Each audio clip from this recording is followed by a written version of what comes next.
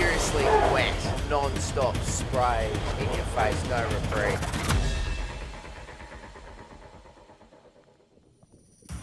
The 2017-18 Volvo Ocean race is halfway through the epic 45,000 nautical mile race around the world. The fleet now face leg 6, a 6,100 mile slog to Auckland, New Zealand. This will mark the 11th time the race has visited New Zealand and the 10th time it has stopped in Auckland, with more than 350 Kiwi sailors having taken part in the race since 1977. I don't think there's any other feeling like it. It's, Auckland always puts on an amazing welcome, and just seeing all the public out supporting everyone. I've said it before. It doesn't, they don't mind if you're first or last. They'll give you the same amount of support because they just love the sailing. Vestas 11th Hour Racing has undertaken steps to repair their Volvo Ocean 65 yacht, which was involved in a collision with a non-racing vessel at the end of Leg 4 near Hong Kong.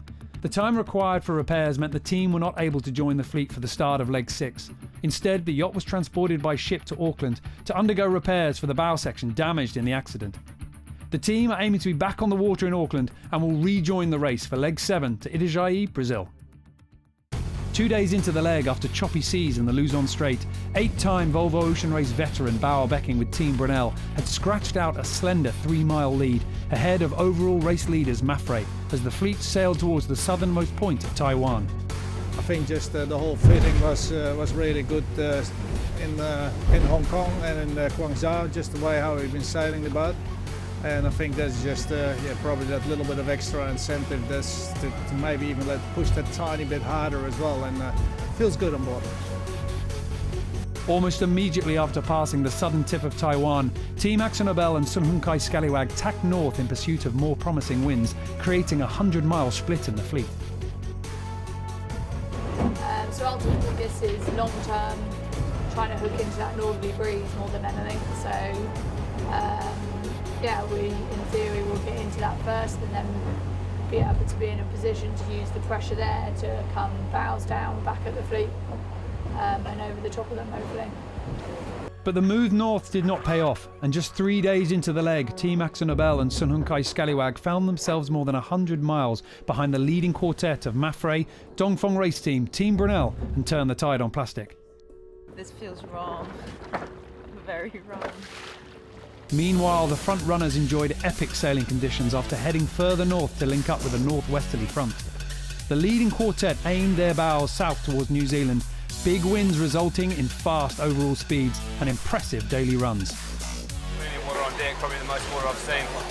Earlier, just driving, it was like averaging 30, 33 knots of breeze and just jamming these waves, sort of 25, 26, 28 knots of boat speed. So yeah, probably the most water I've seen, but really, really good fun.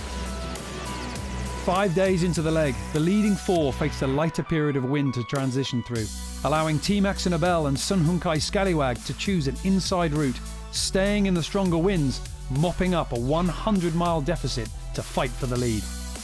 They have been dealt the lucky card, annoyingly, because they made a mistake really, but this cold front they're going to stay in, so they're going to be happily sailing along in 20 knots while we're dealing with this. However, they will have a worse angle in the long term, so we'll have a better angle because it does pay to be east, so we're hoping that does pay off.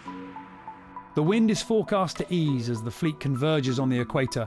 Hyper-localised weather, thunderstorms and unstable cloud systems are just some of the challenges of sailing through the notoriously fickle area known as the Doldrums. With just under 3,500 miles to run, the teams are expected to arrive in Auckland at the end of February.